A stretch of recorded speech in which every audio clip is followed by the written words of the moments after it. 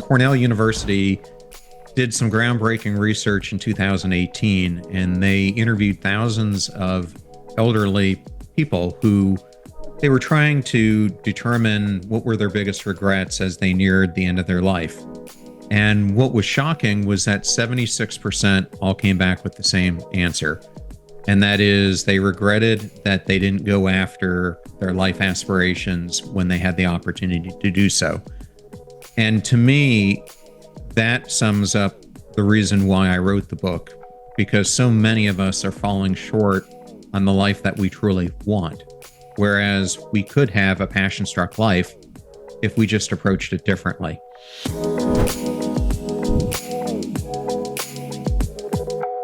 John Miles, welcome to The Better Show. I'm thrilled to have you here.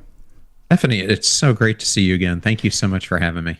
Oh, you are so welcome. And we met just recently at a mutual friend of ours, his book launch. Jim Quick was relaunching his book, Limitless. And you came up to me after I was on stage and so humble, so down to earth, and gave me a copy of your book, which we're going to talk about today. For those of you watching on YouTube, it's Passion Struck, 12 Powerful Principles to Unlock Your Purpose and Ignite Your Most Intentional Life. And, did some research on you afterwards, as you do. You're like, oh, this guy's really great. Let me look up, let's look him up. And oh my goodness, like #1 podcast. You've interviewed just about everybody. And yeah, so humble, so down to earth, so unassuming. I was very, very impressed with your body of work and the brief conversation that we were able to have at Jim's event as well. So happy that we've connected and that you're here. Yeah, the honor is mine. And you have a great podcast.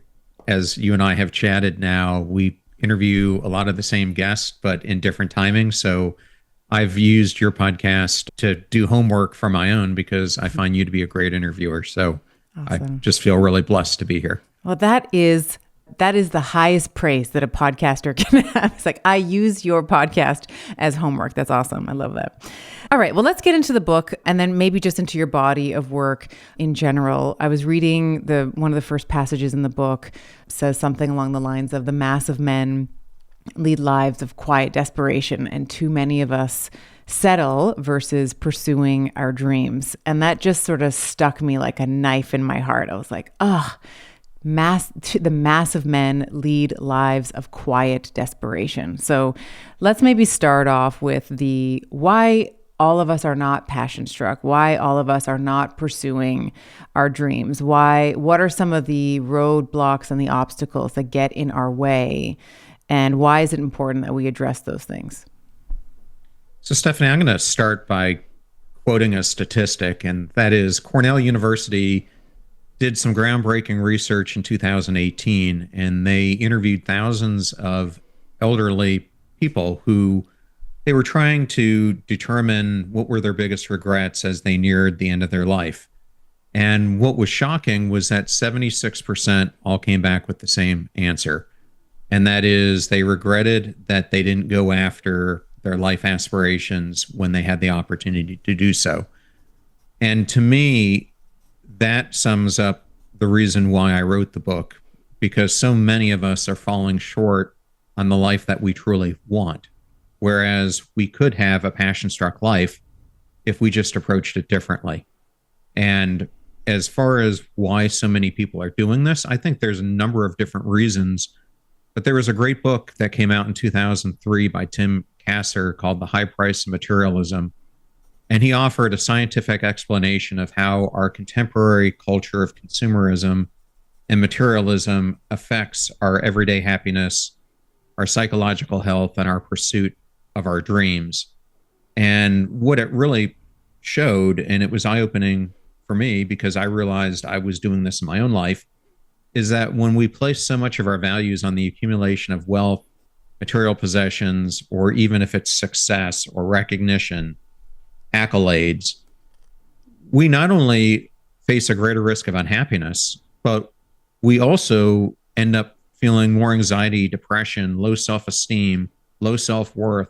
There are problems with intimacy. I mean, the list goes on and on. And to me, when I start looking at this, what it is all a symptom of is a concept I call unmattering. We wake up every day and we just have this overwhelming agony that these lives we are living don't result in any significance. And it just leads us down this spiral of, call it the epidemic of loneliness or helplessness or hopelessness. You pick it, but I think unmattering sits at the core of it. What a word, unmattering. And I find myself also contemplating, and maybe this is just, the stage that I am in my life, is like, what, maybe not legacy. I don't necessarily care too much about what happens after I die, but I care about, while I'm on this planet, how can I positively impact the people around me, the people that I touch, the people that I'm able to communicate with.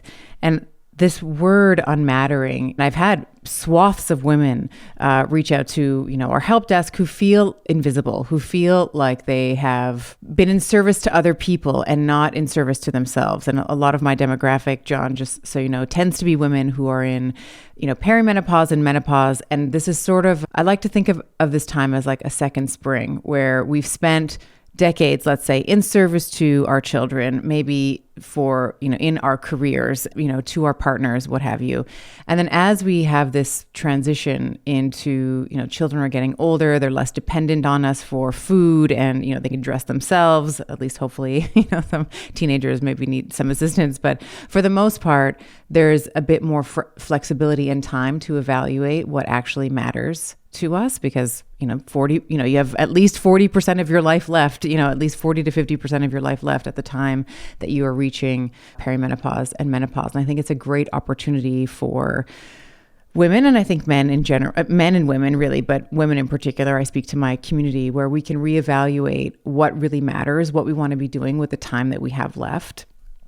And I wanted to maybe talk a little bit about, you break down the book into three main categories, like mindset shifts, behavioral changes, and then the psychology of progress and how we track our progress. And I wanted to maybe start with the first one that you talk about in the book, mustering the power to do something great.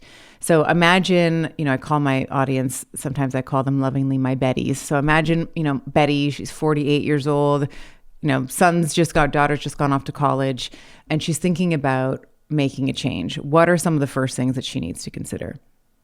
Yeah, well, I think one of the biggest things that we end up doing is we end up just going through the motions in life, instead of having that wake up moment when we realize that this life that we wanted is at a different point than we ever realized it would be. So when you come to that wake up moment, I think there are a number of things that you can do. I think one of the biggest things to work on is your overall self-worth, because I think, especially at that moment when kids have gone off, you're searching for this new identity within you, you're questioning your self-worth and what value do you have. So what I like to do is recommend that people take a step back and really analyze, when they were younger, what were those aspirations before they had the marriage, before they had the aspirations of having kids, that they found a huge passion in. Because I think when we get back to that and what was really lighting us up earlier in our life, it's a great indication of where we can begin again as we look at the future self that we want to build. And this whole chapter is about life crafting, which I describe as the journey kind of as a mission angler. And I picked angler because I like to fish, but so often, unlike an angler, we're not really looking at this life purpose. We're not really angling for it in the way that we are searching for it. And so this process really amounts to reflecting on your present, where you're at, and your future self, and setting goals that you have for your future self, and then taking concrete steps to achieve them. But I think, as I just mentioned earlier, it starts with really examining your self-worth and what created that self-worth for you before these other elements entered your life that are now leaving it. And I think it's also important to mention time, insofar as it's never too late. I think that a lot of the feedback that I've heard, and I've also struggled with this concept as well. It's like, oh, but I'm already 40, or I'm already 50, I'm already 60. It must be too late for me to start anything new. And I like, in the book, you talk about this idea of brand reinvention, like never being afraid to reinvent yourself. And I think that the other piece that I would add to that is that it's never too late to start, right? There's a woman online, I think her handle is Train with Joan. I think that that's what her handle is. And she started weightlifting when she was maybe 70, I want to say 60, 70. And she has been training now for, I don't know exactly how many years, call it 5 years, maybe 10 years. And she looks incredible. And she's 80 years old. She was just on the cover of Women's Health magazine. And it's like, it's never too late. Like you can be an 80-year-old jacked woman. If you let's say if that was your goal, you're like, you know what? Prior to having kids, I really love to work out. And then with the breastfeeding and the soccer games and the, whatever it is, and I want to get back to that. Like this, and that's a very good example of someone who started quote unquote late, right? Later in life in her 60s and was able to, kind of realize or actualize those dreams. So I wondered if you could talk a little bit about maybe your own perspective on time. And if you've run up against that comment as well, like I've run out of time or it's too late, it must be past my time for me. My view on time, and it's something that I developed when I was much younger, is that it's malleable.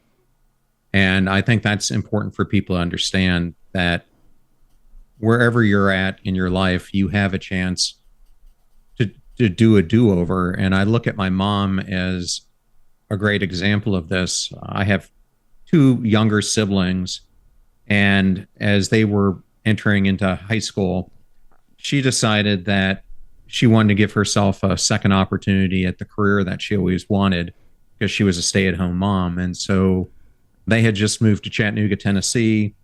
They were opening up the Tennessee Aquarium, and she became employee number 2 for them and handled all the kind of the events and the management of all the members. But for her, it was a reawakening of the second half of her life. And she ended up spending 25 years with the aquarium. And it ended up being some of the most, I guess, profoundly gratifying years of her life because of the experiences that she got leading these member groups all the way from the Galapagos Islands to safaris in Kenya.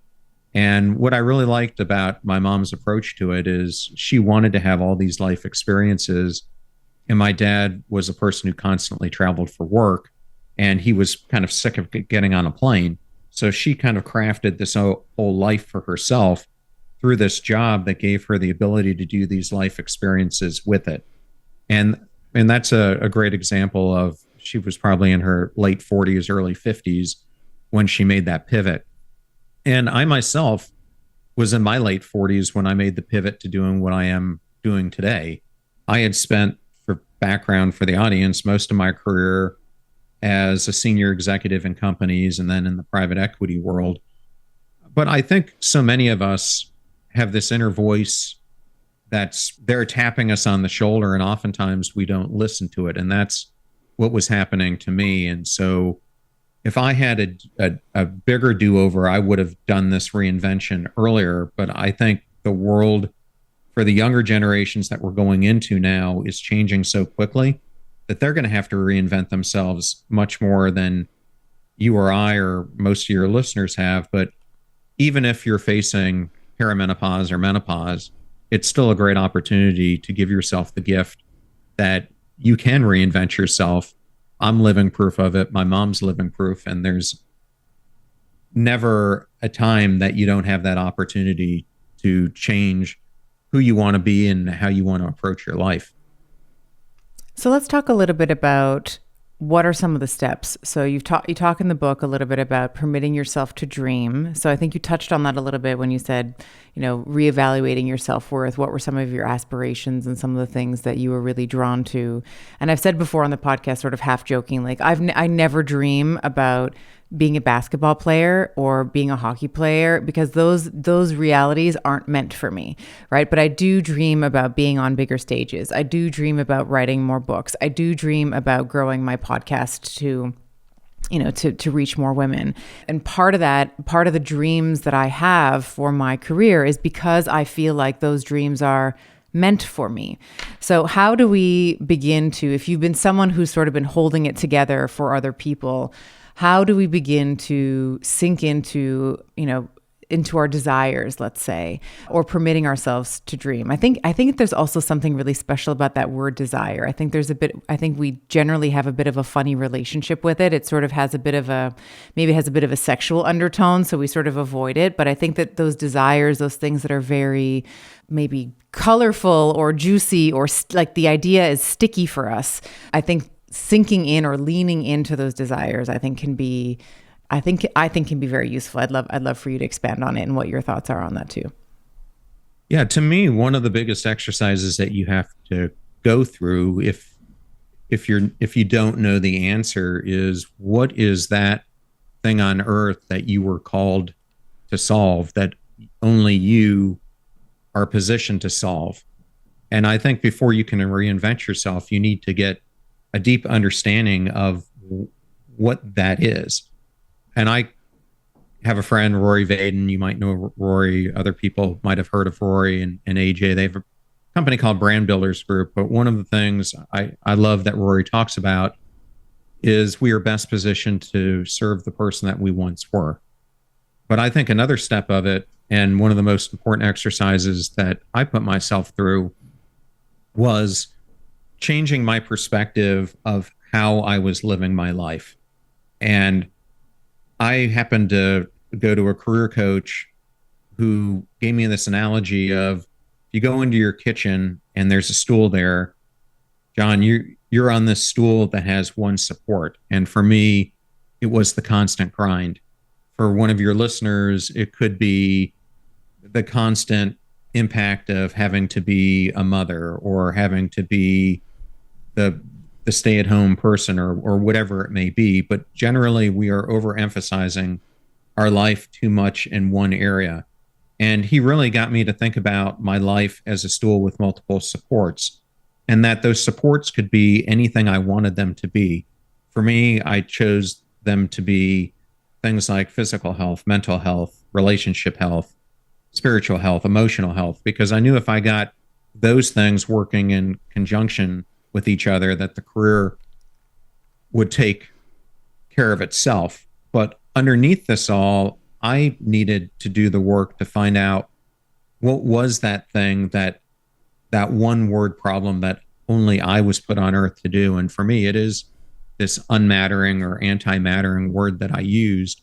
But I think that becomes a starting point. And once you understand that, what you're trying to do in the world is typically the exact opposite. So I'm trying to help people live intentionally so they live a life that matters.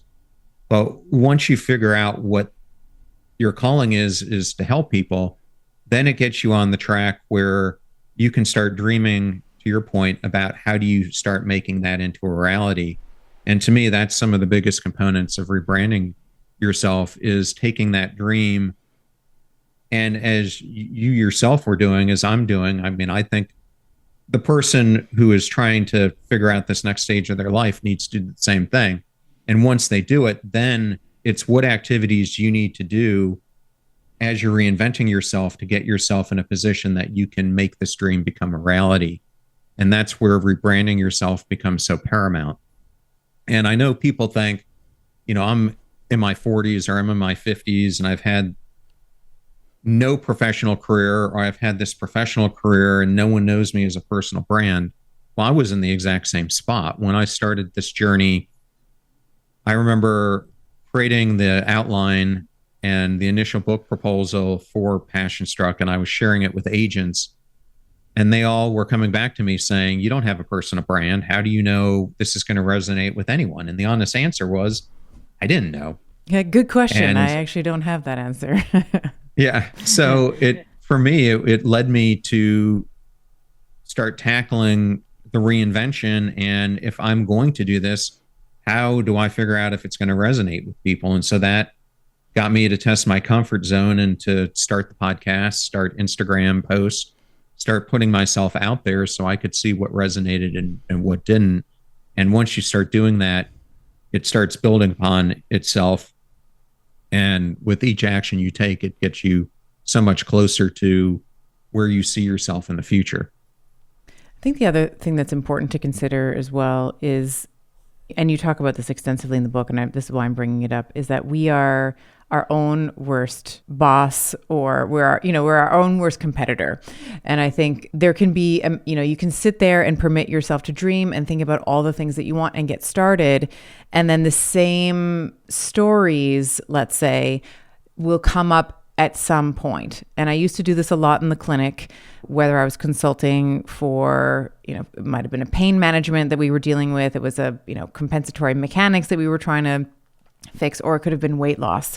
Women coming in with that sort of nagging 10 to 15 pounds that they've gained and lost their entire lives. And it's like, okay, why haven't you been able to solve this problem yet? What are some of the things that have gotten in your way? And while my patients absolutely hated me in that moment for asking them that question, because it's a difficult question, you're asking them to say, what are the biggest obstacles that are in front of you? Usually the answer, maybe you start with, I don't have the time to dedicate to the gym, or I don't have time to meal prep, or I don't have time to do the rehab exercises, or what have you. At the end of the day, we always make time for the things that are important to us, right? So asking questions around self-sabotage, our own beliefs around our self-worth, which is, and part of the reason why I like the way that you've structured the book is you start off with the mindset first, and then you move into some of the behavioral changes. And most people don't like, maybe you found this in your consulting. I have found working with patients, whether it's one-on-one or in a group setting, everyone wants to get to the doing part. It's like, okay, tell me what to do. Tell me the exercise. What's the thing that's going to help me? And while that's important, you also have to understand that your own mind is going to be the one that is going to derail you. So let's talk a little bit about some of the stories that we may need to dismantle. And you talk about the power of introspection, talking about ego. Can we expand a little bit on how we have to understand that sometimes we are our own worst enemies in our progress or in our plight for being passion struck or living a life that is intentional and worth living? Sure. This chapter is called Fear Confronter. And when I originally wrote the book, the first title for the chapter before I came up with these nifty names for each one was The Visionary Arsonist. Huh. And yeah. I love that word for it because we end up arsoning the very dreams and aspirations that we have for ourselves because we let, as you were bringing up, self-doubt, imposter syndrome, lack of self-worth, lack of self-kindness, whatever it may be, compete with us living the dream that we always wanted to have. And in this chapter, I tried to highlight a couple women, actually, who went through some pretty amazing things. One was Kirstie Ennis, who is a former sergeant in the Marine Corps. And I tell her story because she was this person deployed to Afghanistan. She's on the last mission before she gets to go home, and her helicopter crashes, and she wakes up having limbs amputated, traumatic brain injury. Her life is never going to be the same. And so you think about all the self-doubt that she would have at that moment. And instead of letting it get the best of her, and I think this is a choice that we all get to make, she decided that she wanted to live her life on her own terms. And she set a goal that she wanted to climb the 6 highest peaks. And she's accomplished now 5 out of the 6. But she chose to let her life define itself, not by the fact that she wasn't the able body that she was before, but that she had the power to overcome these deepest doubts. And then I also have Dara Kurtz in this chapter, and Dara's a dear friend of mine, but she's someone she has a couple older daughters now. I think one is teenage age, one is in college, but she had this great career as a financial advisor. And then she ended up developing breast cancer. And as she was going through this process, she herself started to face all these doubts about what the future of her life held. And instead of letting the doubts get the best of her, she decided that this life that she had been leading of being in the financial realm, although it was lucrative for her, wasn't her living the life that she wanted. And she was letting her self-doubts control her And she took this opportunity as she recovered from cancer as a second chance of life and to double down on her passions, which were writing. And since then, she's written 2 best-selling books and has redefined happiness in her life and for her, what this next juncture of her life looks like. But all in all, just as things happen in a work environment where you're assigned maybe a project and then the best people get taken off this project or the budget shifts and you don't have the momentum going forward to accomplish it, or you have other priorities that cloud it being the number one priority. I'm just giving examples, but we do the same thing to ourselves when we let these fears and doubts and feelings of insecurity cloud our potential and arson the very dreams that we want to create for ourselves. How is our ego the enemy of our perspective? I mean, in a huge way. I think one of the easiest things to say and hardest things to do is to become a perspective harnesser. And oftentimes we get into the roles that we have in life or the way that we historically do things, and we hit a point in our life where we face life struggles, which all of us are going to face. And for many of us, it brings us down to our knees. And to me, one of the things that holds us there is our ego. It's thinking of all the things that we have and what's being impacted instead of looking at things through a different perspective, through humility and understanding that this is a growth opportunity, and shifting that perspective from one where we're feeling the pain to one understanding that this is a trying time and that it's a test that has a shorter duration. And if we examine it like that, we can see it as a learning opportunity, as a phase in our life that we can get through that's going to make us stronger on the other side. And to me, it's really going from either or thinking and how we're approaching our lives to both and thinking, which is a core behavior science concept around paradoxes. And so many of us end up putting these guardrails on our lives that I think are rooted, to your point, in ego, instead of looking at it through the lens of both what we can accomplish and thinking through what can get us there by shifting our perspective. Yeah, there's a lot to unpack there, and I think that it would be prudent to also say that this is an ongoing process. You don't just wake up one day and say, all right, I am going to slay all of these stories that, from my experiences that I've been taught, in my culture, in my socioeconomic environment, in my lived experience. It is a constant unraveling. And I think that as you grow and as you progress, your ego it's sort of along for the ride and becomes more savvy and becomes more wily as well. I remember when I started the podcast, I was, first of all, like, who needs another podcast on health, right? On women's health specifically. I already felt like the market was rather saturated at the time that I started. And then, so I did that for a while, it was doing well. And the community started asking for solo episodes, like, oh, this is really great. We love your interview with such and such and so, but we'd love to hear Stephanie's opinion on, insert topic here, like hormone replacement therapy or whatever. And that was really difficult for me to do. I was like, no, I'm very happy hiding and in the interviewer's position, right? So I could just direct all of the questions to someone else for the hour or however long the show is. But for me to do one by myself, it was petrifying. It took me a long time to start doing those solos. And now, I have, we've sort of reorganized the team somewhat. So now I have my podcast producers like, no, you got to get more solos. Like, that's what everybody wants. You have to have at least one solo every, 6 weeks or whatever it is, because that's what people are asking for. But it's interesting that you would think, oh, like, once you've started the podcast, like, it's totally fine. But no, it sort of morphs along with your success. And there's always, I think the saying is like new it's like new levels, new devils, right? There's always like something sort of to uncover and to continue unwrapping as you're ascending. Would you agree with that? I do agree with it. I started out the show, doing one interview a week and one solo.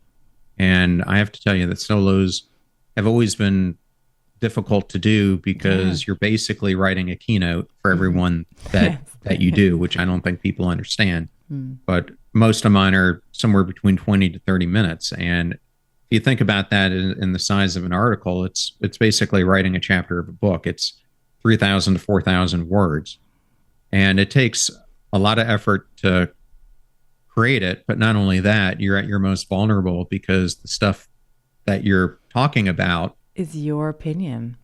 Is my opinion. Yeah, exactly. And I don't know if you know Rob Greenlee, but he is one of my favorite podcasters. He does a completely different show. He kind of does shows on podcasting because he's been one of the forefathers of the whole movement. I think he's been podcasting now for 17 years. Wow. But I was having a conversation with him and he asked me, this is probably a year and a half, 2 years ago. He goes, when you look at your statistics, what episodes do the best?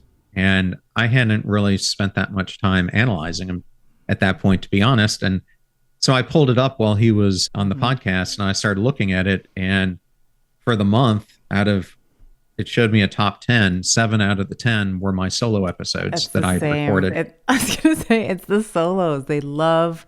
And the scary thing about it, I think, is that as you said, you're giving your opinion, and it's a moment of vulnerability because you know that someone is not going to agree with you. You might be talking about a mindset piece. I talk about health and nutrition and fitness, which can be incredibly controversial, especially with women's health. And you know that you're going to offend or upset someone with your opinion. And I found this particularly difficult in the pandemic because I had lots of opinions that I'm sort of a conservative person where I have the opinion. I'm like, does this really make sense?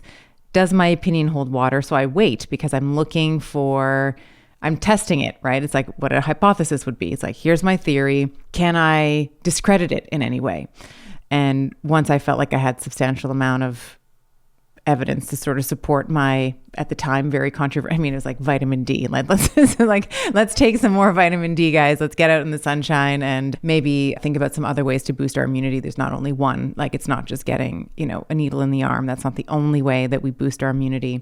But just even saying that, I mean, now maybe 2 years on, it might be like, oh, of course. But at the time, there was a mob of people that were ready to tell you that you're a complete moron for thinking that. So I was very, very reticent. I mean, that's my own specific example, but the solos always do. I mean, back to kind of the original point of like the ego evolving with you. The solos were the scariest piece for me because it was me really like bearing, just like sharing my opinions that I often would only share with private clients or patients or what have you. And now you're sharing it on this sort of much bigger platform and understanding how many people are listening to you. And the stats of like this many tens of thousands downloaded every week and et cetera, et cetera. It can be scary. But let me pivot from there because we not only have ourselves that we need to fight, we also typically need to understand the environment and the dynamics of people around us. You talk about the mosquitoes, being a mosquito auditor, and I wanted to talk a little bit about each of the different archetypes of the mosquitoes that you talk about in the book. And I think this is really important because everyone's heard the saying, like, you are the sum of your 5 friends, or you are the average of the 5 friends that you hang out with. And I think that for many people around you, when you decide to make a change, it's also threatening to them because it's a reminder that they are not changing. It's a reminder that they are still where they are as you are starting to move towards your dreams or, take action in your life. So let's talk a little bit about the mosquitoes, what a mosquito, what we're talking about when we're talking about being a mosquito auditor and maybe some of the different types of mosquitoes that we may encounter in this journey to moving towards our dreams. Yeah, I'll definitely tackle it. I'm just going to take one step backward and just let the audience know that when I came up with these 12 principles, it's not as if I just stumbled upon this list. I ended up coming up with a larger list. And for a period of time, I was the editor in chief of another publication called Bold Business. And I happened to start this segment called the Bold Leader Spotlight. And I started interviewing everyone from Elon Musk to Jeff Bezos to Oprah, you name it. And I started to see this pattern in their business life. And I wondered if the same thing happened and how you create this life of aspiration that so many of them hold as well. And so I ended up expanding this list to about 750 individuals, and it ranged from actors and actresses to professional athletes to performers to astronauts to the gamut. And I took this list of like 30 principles and I whittled it down to these 12 that are in the book because I kept seeing them reoccur time and time again across this group of people who had lived this life that they had always aspired to. So the mosquito auditor is the third principle. And the way I was coming up with this is, we talked about the first step is you've got to go out there and life craft what you want this future self to look like. Then you need to start rebuilding this brand. And as you're going through both of these steps, as Stephanie was talking about, one of the things that gets in the way, even before you have self-doubt, is the opinions of family, friends, and peers who are around you. And as I was approaching this chapter, I like to write in a way that I go out in nature and I think about a topic and see what the universe presents to me as a way to approach it. And that's exactly what happened here. Is I was thinking about it. I happened to turn on a podcast. The host was doing this segment on the most dangerous animals on the planet type of thing and asked the audience this question. And like most of the people in the audience, probably you right now, I'm thinking in my head, it's the great white shark. It's this poisonous jellyfish that they have in Australia, or one of their poisonous snakes, or this or that. And the announcer came back on and said, it's actually the mosquito. The mosquito takes more human lives in a year than all sharks combined will in 100 years. And it's a number somewhere between 1.2 and 2 million, depending upon the year. And when I started to think about it, they're really invisible until they bite you and you start feeling the after effects.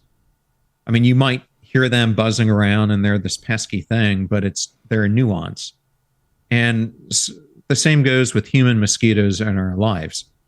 And I started thinking about the book that Jonah Berger wrote called Invisible Influence, The Hidden Forces That Shape Behavior.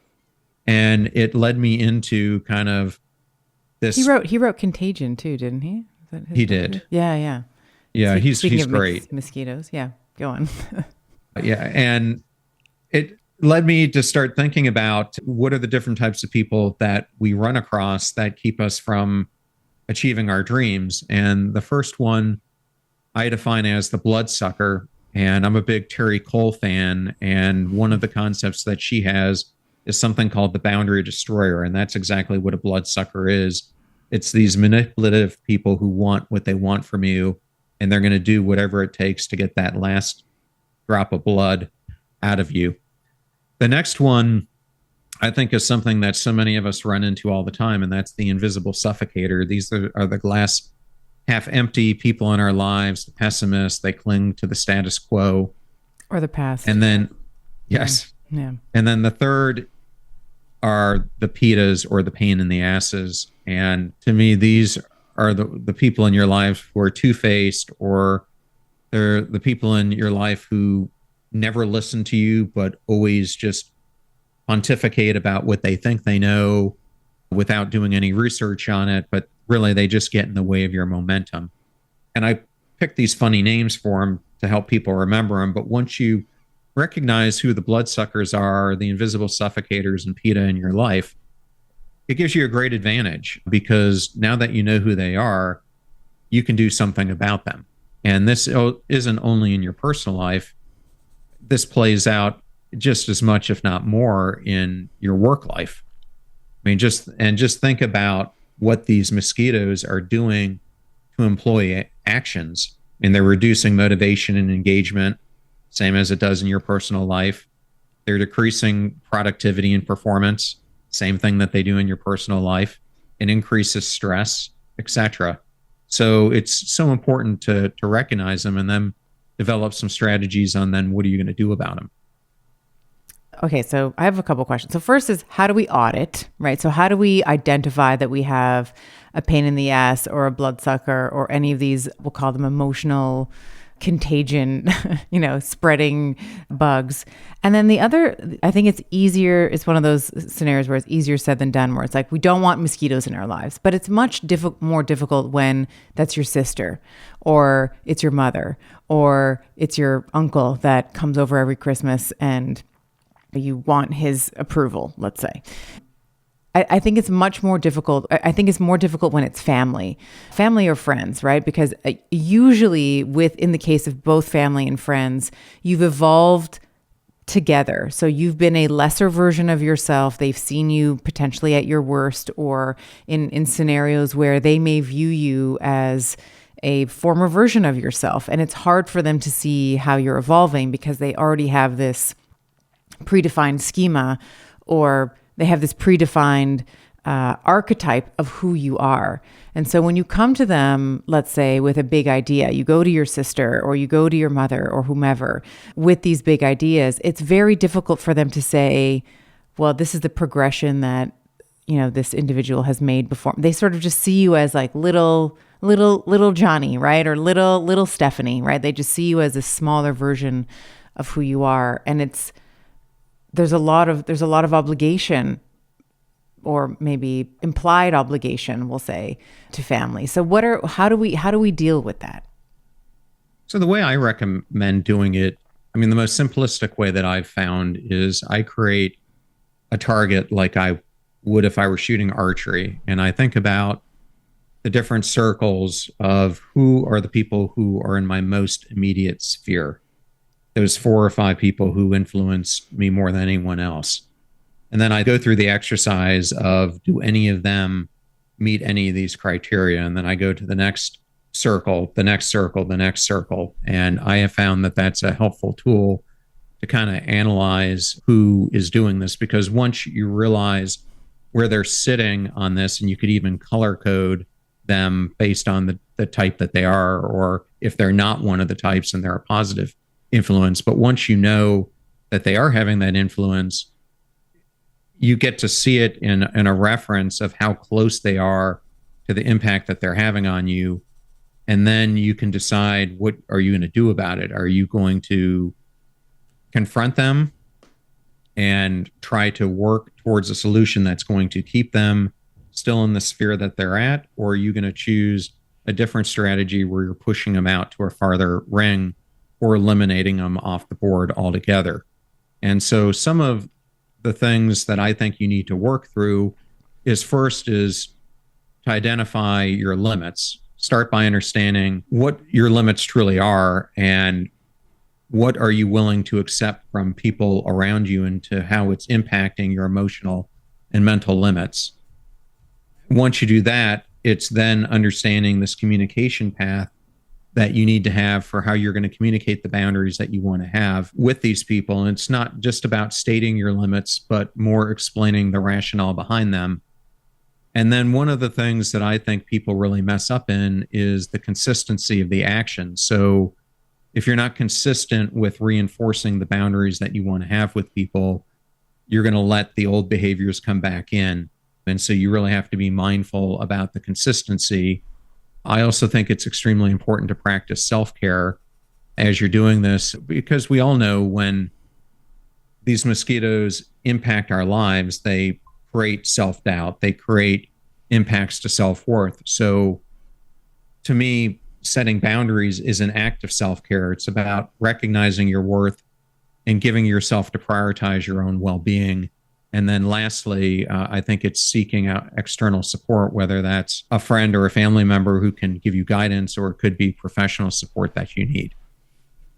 Yeah, this is where Terry really shines, isn't it? With the Boundary Boss book. We had her on the show. Sounds like she's been on your show as well, in terms of how to articulate boundaries. And to your point, it's the consistency of holding those boundaries, which is on you as the individual. And I think this is where I find a lot of women struggle greatly with this. I don't know if this is the same for men. I think women are generally raised to be conflict averse. And you hear sort of social psychologists like Jordan Peterson talk about, when women are in a conflict with each other, it's often not physical violence. I mean, sometimes it's like that, but it's often because we don't have that available to us. It's not socially acceptable. It's usually character assassination, right? So we'll go after a woman's promiscuity, or she's not pretty, or she's not this or that.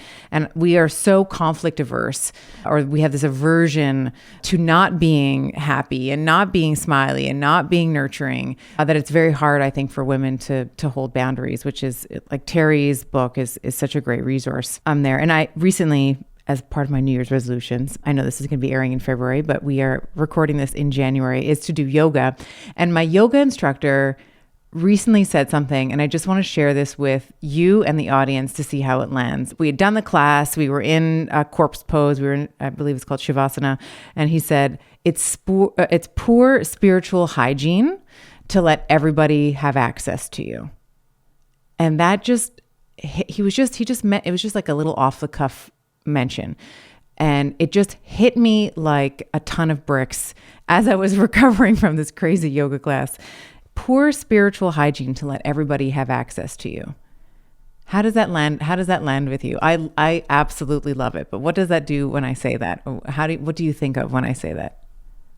Yeah, I mean, so often we try to be a pleaser to everyone else, but we don't put ourselves first in the equation of taking care of basically our own needs, whether they be emotional support or physical well-being or whatever it is. And so we let all these external forces come in and intrude the very tranquility that we're trying to build for ourselves, which is exactly what I think he was trying to say.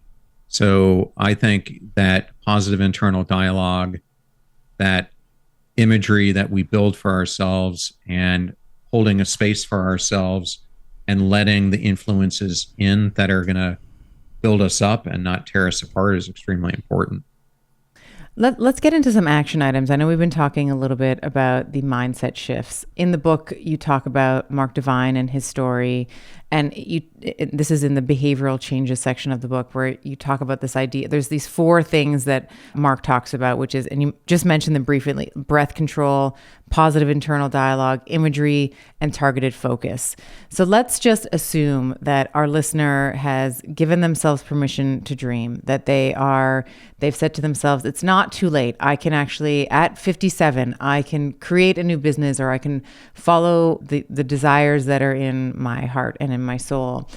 They've reinvented themselves.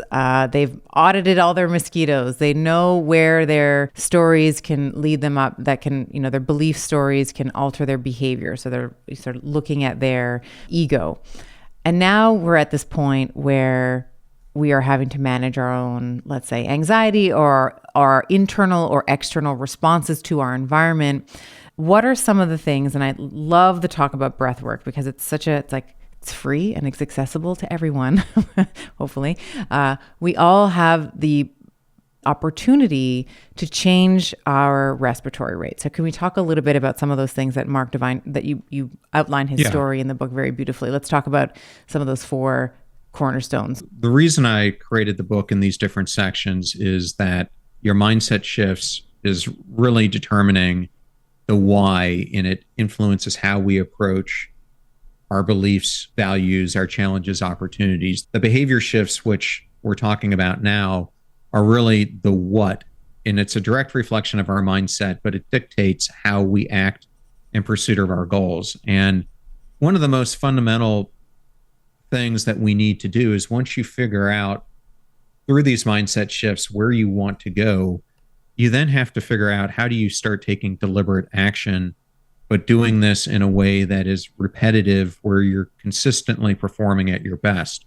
And this chapter is really about being an anxiety optimizer. So what I'm really referring to here is that we all need anxiety in our lives, but there's a magic point where too much anxiety is going to cause significant performance issues and burnout, but not enough anxiety is also going to cause that. So it's, how do you put yourself in the optimum anxiety zone so that you're transforming that nervous energy into productive fuel and then learning how to do it at beck and call when you need it so that you're in that flow zone, basically. And this is one of the most important things that I saw so many people, from whether it was CEOs to professional athletes to Mark Devine, Navy SEAL, learn how to do. And I'll just go into the story of Mark because he came out of college and he went into Big Four consulting. His goal was to be a consultant, but he was going through getting his master's degree, and he had a bunch of time in between when he got done work and when he was doing his night classes. So he stumbled upon this martial arts facility and just went up there, and it just gave him this like feeling that he was supposed to do it. So he starts getting involved with this martial art, and over the course of the next 12 months to 18 months, realized that this passion that he has for consulting really wasn't where his focus was, and really what he was meant to become was a warrior. And so at an older age than most people would have taken on this task, he decides that he wants to become a Navy SEAL. And this whole influence that he had with the martial arts and what it taught him ends up playing a pivotal role in him getting the nickname of Cyborg. And I have friends who actually served with Mark and said, when you think of a cyborg, it's what he was like in the way that he conducted himself, because he used these four dimensions that you brought up of breath control, positive internal dialogue, imagery, and targeted focus to basically run his life so that in those moments when he needed it, he put himself purposefully in this zone of optimal anxiety. And so I thought it was interesting because when I served, I wouldn't have thought typically that it was going to be the SEAL teams where I was first going to do yoga or learn how to do breath control, but it was actually a very important aspect of their training, because if you think about going into harm's way, going into these high impact situations, you need to understand how to calm your body down, how to think about having that positive internal dialogue so that no matter what negative forces might be coming at you, you can have that sense of positivity to overcome them. And so what Mark ended up doing was he taught, when he was going through BUDS, the people who were in his boat crew, just simple box breathing for when they were going through difficult times. He taught them how to have this ability to talk to themselves and have positive dialogue, that they had the self-confidence and self-power to push through. He got them to imagine what it would feel like on the other side of the tasks. But more importantly, he got them to have targeted focus so that they could see the trying times that they were going through as a short duration period, where if they focused through it and used the other three elements, they could get through that trying time. And what was amazing about this journey is, Mark ended up becoming the honor man, but more importantly, he was the first boat commander in BUDS whose entire boat crew ended up graduating. And it was because he taught them these four dialogues. And now they have a notoriously low graduate. It's like 20% or something, 25% of people who go through that program actually graduate. Like the BUDS is sort of notoriously the most difficult. It is historically, but yeah. I think he has now developed SEALFIT to help people who are going through it prepare. And I think people who've gone through his program have like a 70% or higher passing rate. So it definitely works. But I kind of take what his teaching, and another person people may be familiar with is Stephen Kotler, and I kind of merged what both of them do because there's so many overlaps in them. But if you look at Stephen Kotler's work, he really goes into 5 essential cognitive and physical skills, which are strength, stamina, agility, balance, and flexibility. Mm-hmm. But when you mirror those up with Mark's 4, they kind of go hand in hand with each other in what you need to do to achieve this optimal state. So the breath control is the box breathing. What does positive internal dialogue, what does that look like? This is really, to me, words of gratification. It's really having self-kindness. It's really developing an internal dialogue with yourself and the person you want to become, of positive undertones that are powering the journey that you want to take. The imagery is what we talked about at the beginning, where you're imagining yourself on that stage speaking to a large group of people, or the podcast impacting more people. And then obviously the targeted focus is, how do you get into this zone where you get better at focusing your attention and that unwavering focus that you need to have to get tasks done. But it's really the combination of working alongside all four of them that creates this power. It's interesting. For me, I find in order for me to be incredibly focused, I need to move my body first. That's my little hack, is like, I like to work out in the morning, and I know this is not going to work for everybody because everybody works on all different types of, but in order for me to be very cognitively focused and do a lot of strategic thinking, I need to move my body first. I don't know why that is, but I find that I am at my sort of peak cognitively about 2 to 3 hours after I wake up. So if I can fit in a workout, let's say I wake up at 6, I'm at the gym, call it 7 to 8, and then I'm settled at my desk by about 9. I'm at that sort of peak time where I can really do a lot of deep thinking. Is that something that you found to be a pattern that repeats? Is that there has to be some physical movement paired with some, or prior, or maybe it's more of a priming to a lot of the targeted focus? Is that something you find? I mean, that's absolutely what works for me. I do a lot of targeted focus work first thing in the morning, and I do it when I'm on a walk with my dog. And it's something about the physical activity married with a period of just mindfulness, where I'm also doing a gratitude practice that kind of opens that period up. And then, similar to you, I then go to the gym and work out for an hour or whatever. And it's those things starting my day that kind of set the stage for the other elements to come into being. So I would agree with that, but not everyone's a morning person. So right. They have to find their own way of doing that if they're not. But to me, that I've always been a person who likes to work out, where that's extremely important for me, managing that anxiety load. So I like to get it nailed first thing in the morning.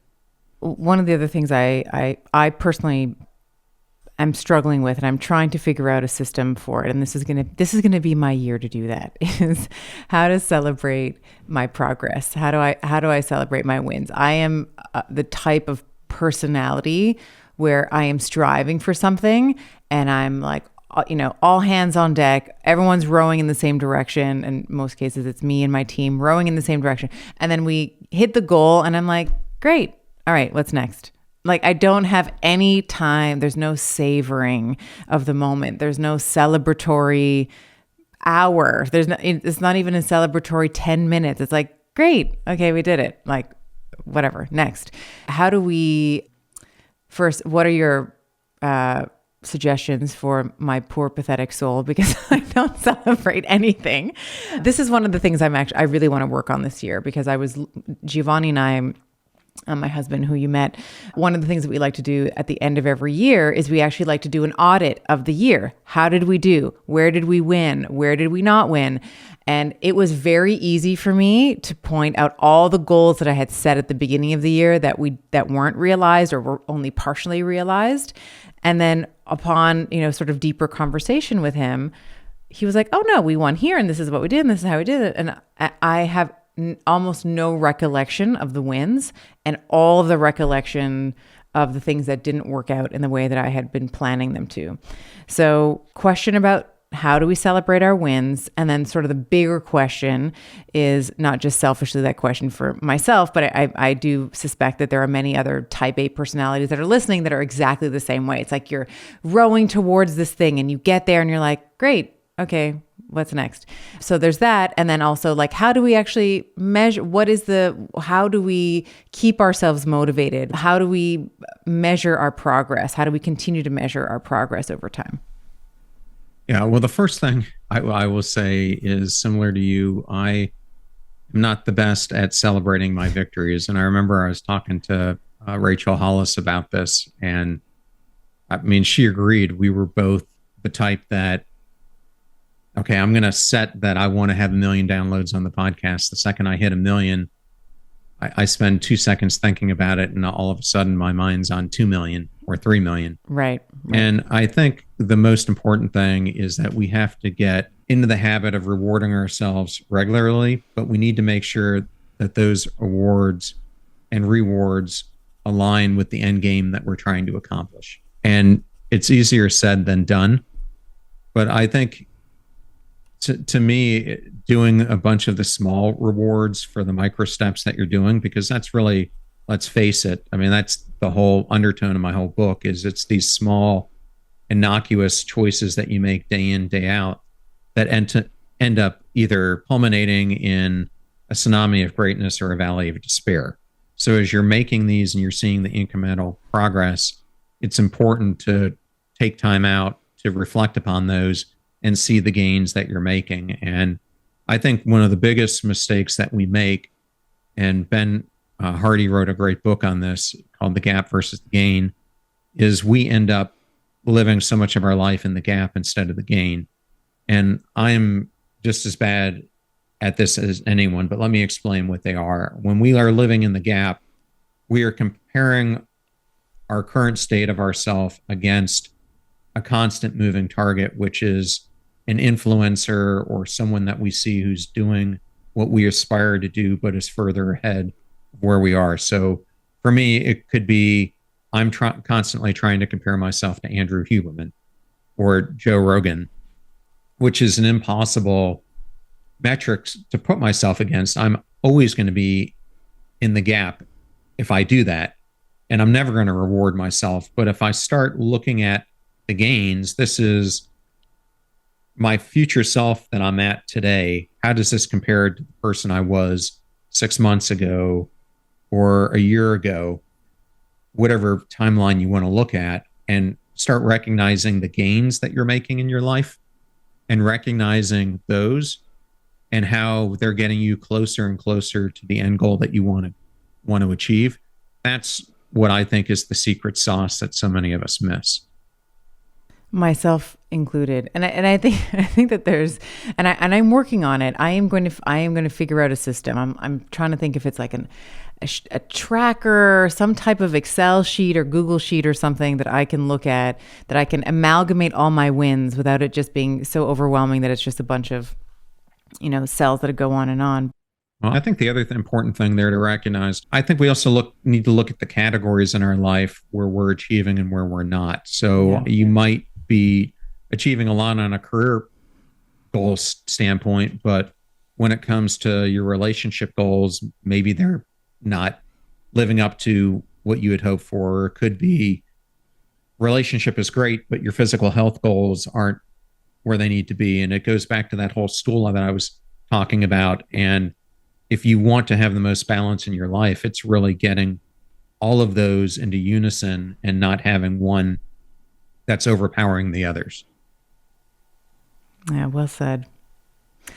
And so when we soften into allowing the wins in, what are some of the ways that we can consistently be tracking progress over time? Are there points that we need to, do we have to, sort of demark lines in the sand? Like, what are ways that we can be tracking our progress with time?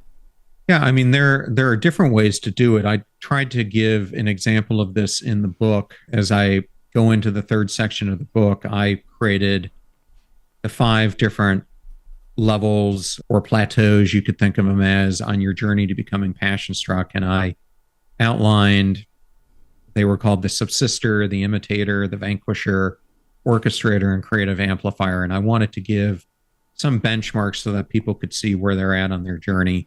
That's a higher level aspect of it to kind of chart the course. But I think for us individually, I like to use worksheets where throughout the year, I am looking at the goals that I wanted to achieve. I like to do it in 2 different ways. So one of them is I like to do it in a quarterly review where I look back at the progress that I've made thus far. Another thing that I I use personally is something that I call the deliberate action process. And this is a process I've been using for 20 years, and it has the following steps. You assess, prioritize, ignite, execute, measure, and renew. And I typically will align the things that I want to get done in either a weekly or bi-weekly exercise. And I use this process. And so the first thing is you kind of assess what is the end game that you're driving for. And I kind of do ideation and put a whole bunch of things on there that are going to drive me closer to it. Then I start prioritizing using the urgent versus important matrix, where what are the most important and urgent things that I need to get done, and what are things that I can delegate or push back. And then I use intrinsic motivation as the ignition to keep going on this. I then execute. And then the measurement stage is something that a lot of people don't do. They don't measure their progress that they've made from when they start the deliberate action cycle.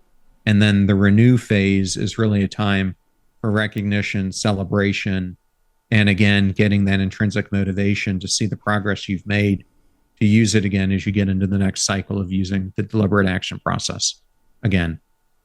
And while I was reading through the book, although I didn't scan them, there's a ton of QR codes in there.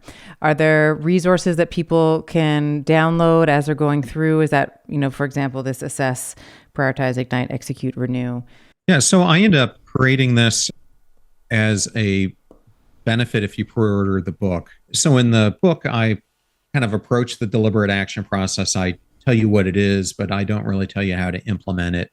But I wrote a corresponding ebook I think it ended up being about 60 pages long, that goes through it in detail with exercises and worksheets that you can use to really take it and implement it in your life. And that's available if you pre-order the book, along with some other things that I've developed.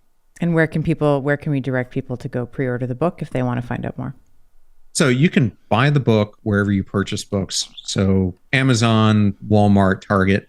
But once you're done doing that, if you go to the Passion Struck website and you go to /Passion Struck book, at that link, you will find a place where you can put that order code in. And then once you do and you submit your personal information, I will then send you a link that has the first chapter of the book. It has a class that I did, a mastermind, and that'll go deeper into finding your purpose.